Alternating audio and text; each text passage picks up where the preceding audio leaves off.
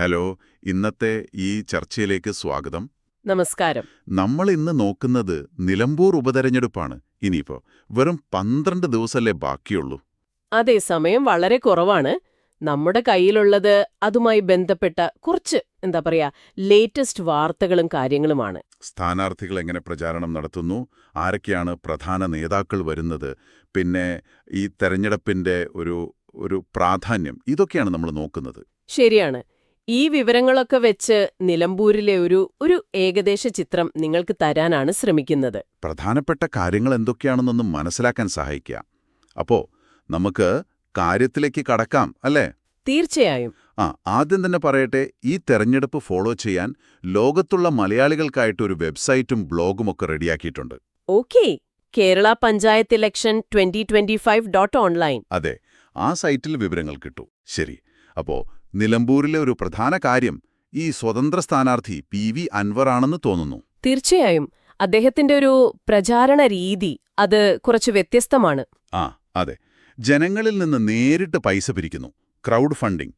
ഇത് നമ്മള് കേരള രാഷ്ട്രീയത്തിൽ അങ്ങനെ കാണാറില്ലല്ലോ, അല്ലേ? ഇല്ല, അത്ര സാധാരണമായിട്ടില്ല. അദ്ദേഹം ഫേസ്ബുക്കിൽ ഒരു പോസ്റ്റ് ഇട്ടിരുന്നു. അതിൽ പറയുന്നത് ഈ പിണറായിസത്തിനെതിരെ, അതായത് മുഖ്യമന്ത്രിക്കെതിരെ പോരാടിയത് കൊണ്ടാണ് തനിക്ക് സാമ്പത്തിക പ്രശ്നം വന്നതെന്നും സ്വത്തുക്കളൊക്കെ മരവിപ്പിച്ചു എന്നൊക്കെയാണ്.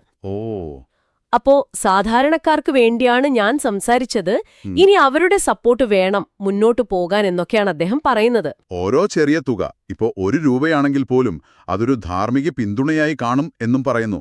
കൊടുക്കുന്ന ആളുടെ വിവരം രഹസ്യമായി വെക്കുമെന്നും ഉറപ്പുണ്ട്. അതെ, 10 1 രൂപ മതി, നിലമ്പൂരിലെ വോട്ടർമാർ സഹായിക്കണം എന്നാണ് അഭ്യർത്ഥന. പക്ഷേ അതോടൊപ്പം വേറൊരു ഗുരുതരമായ കാര്യവും പറയുന്നുണ്ട്. എന്താണത്? തന്റെ ജീവന ഭീഷണിയുണ്ട്, ചിലപ്പോ TP ചന്ദ്രശേഖരന്റെ അവസ്ഥ വരാമെന്നൊക്കെ.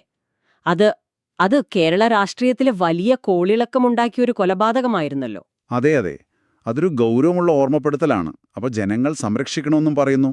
ശരിയാണ്. അതോടൊപ്പം കുറച്ച് ഡിമാൻഡുകളും വെക്കുന്നുണ്ട് അദ്ദേഹം. എന്തൊക്കെയാണാവോ? ആഭ്യന്തരവും വനവും, ആ വകുപ്പുകൾ തനിക്ക് മന്ത്രിസ്ഥാനമായി വേണം. പിന്നെ VD സതീശനെ മാറ്റണം, പ്രതിപക്ഷ നേതൃസ്ഥാനത്ത് നിന്ന്. അതെ. പിന്നെ മലപ്പുറം ജില്ല വിഭജിക്കണം. ഇതൊക്കെയാണ് ആവശ്യങ്ങൾ. ഓഹോ, ഒരു സ്വതന്ത്ര സ്ഥാനാർത്ഥി ഇത്രയും വലിയ ആവശ്യങ്ങൾ വെക്കുന്നത് ഇതൊരു തന്ത്രമാണോ? ആവാം. ഒരുപക്ഷേ മുന്നണികളെ ഒന്ന് പ്രഷറിലാക്കാനാവാം. എന്തായാലും ഈ ആവശ്യങ്ങളുമായിട്ടാണ് അദ്ദേഹം ജനങ്ങളെ സമീപിക്കുന്നത്. ചിഹ്നം കത്രികയാണ്. ശരി. ഇനി മറ്റേ സൈഡിലേക്ക് വന്നാൽ LDF, അവിടെ സ്ഥാനാർത്ഥി സ്വരാജ്. സ്വരാജിന് നല്ല ഇമേജും സ്വീകാര്യതയുമുണ്ട്. നിയമസഭ സ്വരാജിനെ കാത്തിരിക്കുന്നു എന്നൊക്കെ മുഖ്യമന്ത്രി പിണറായി വിജയൻ തന്നെ പറഞ്ഞിട്ടുണ്ട്. അത് പ്രവർത്തകർക്ക് വലിയ ആവേശമായിട്ടുണ്ട്. മുഖ്യമന്ത്രി തന്നെ 3 ദിവസം, ജൂൺ 13, 14, 15. അതെ, നിലമ്പൂരിൽ ക്യാമ്പ് ചെയ്ത് പ്രചാരണം നയിക്കുന്നു എന്ന് പറയുന്നത് ശരിക്കും LDF ഈ തെരഞ്ഞെടുപ്പിന് കൊടുക്കുന്നൊരു പ്രാധാന്യം കാണിക്കുന്നുണ്ട്. സാധാരണ ഉപതെരഞ്ഞെടുപ്പില് മുഖ്യമന്ത്രി ഇത്രയും ദിവസം ക്യാമ്പ് ചെയ്യാറുണ്ടോ? അത്ര സാധാരണമല്ല. അതുകൊണ്ട് ഇത് ശ്രദ്ധേയമാണ്. ഇനി UDF ക്യാമ്പിലോ? അവിടെ ആര്യാടൻ ഷൗക്കത്താണ് സ്ഥാനാർത്ഥി. അതെ, അവിടെയും വലിയൊരു വരവുണ്ട്. വയനാട് MP പ്രിയങ്ക ഗാന്ധി വരുന്നുണ്ട് ജൂൺ 14. പ്രിയങ്ക ഗാന്ധിയെ പോലുള്ളൊരു ദേശീയ നേതാവ് വരുന്നത്, ഒരു പൊതുസമ്മേളനം, റോഡ് ഷോ ഒക്കെ ഉണ്ട്. അത് UDF ക്യാമ്പിന് വലിയൊരു ഊർജം കൊടുക്കും. ശരിയാണ്, മത്സരത്തിനൊരു ദേശീയ ശ്രദ്ധയും കിട്ടും. അപ്പോ ഈ തെരഞ്ഞെടുപ്പിന്റെ ഒരു പ്രാധാന്യം എന്താണ്? ഇപ്പം ഇവിടെ LDF ജയിച്ചാൽ അത് UDFന്റെ നിലനിൽപ്പിനെ ബാധിക്കും. 2026 LDFനൊരു തിരിച്ചുവരവിന് സാധ്യതയുണ്ടാക്കും എന്നൊക്കെ ചില സംസാരങ്ങളുണ്ട്. ശരിയാണ്, അങ്ങനെ ഒരു വിലയിരുത്തലുണ്ട്. അതുകൊണ്ട് തന്നെ ഇതിന്റെ ഒരു റിസൾട്ട് അത് നിലമ്പൂരിൽ മാത്രം ഒതുങ്ങില്ല. സംസ്ഥാന രാഷ്ട്രീയത്തിൽ മൊത്തത്തിൽ അതിന്റെ അലയൊലികൾ ഉണ്ടാവാം.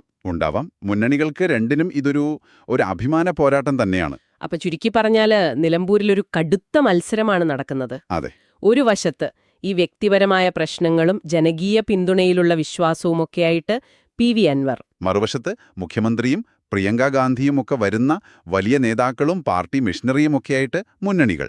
ഈ വ്യത്യസ്ത തന്ത്രങ്ങളും ദേശീയ നേതാക്കളുടെ സാന്നിധ്യവുമൊക്കെ ഈ തെരഞ്ഞെടുപ്പിനെ ശരിക്കും ശ്രദ്ധേയമാക്കുന്നുണ്ട്. തീർച്ചയായും ഇതിന്റെ ഫലം എന്തായാലും സംസ്ഥാന രാഷ്ട്രീയത്തെ സ്വാധീനിക്കാൻ സാധ്യതയുണ്ട്. അതുകൊണ്ട് നിങ്ങൾക്കിത് പ്രധാനപ്പെട്ടതാവുന്നത് അതുകൊണ്ടാണ്.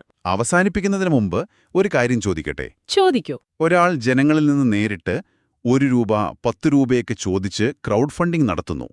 മറ്റൊരിടത്ത് വലിയ ദേശീയ നേതാക്കളൊക്കെ വന്ന് വലിയ രീതിയിൽ പ്രചാരണം നടത്തുന്നു. ഇന്നത്തെ ഒരു കാലത്ത് ജനങ്ങളുടെ പിന്തുണ കിട്ടാൻ ഏത് രീതിയായിരിക്കും കൂടുതൽ ഫലപ്രദം? ഇതൊരു ചിന്തിക്കേണ്ട കാര്യമല്ലേ? അതെ, അതൊരു നല്ല ചോദ്യമാണ്. രണ്ട് രീതികളും നമ്മൾ കാണുന്നുണ്ട്. ഏതാണ് കൂടുതൽ ഏൽക്കുക എന്നത് അത് വോട്ടർമാർ തീരുമാനിക്കട്ടെ. നിങ്ങൾക്കിതിനെക്കുറിച്ച് തുടർന്നും ആലോചിക്കാവുന്നതാണ്.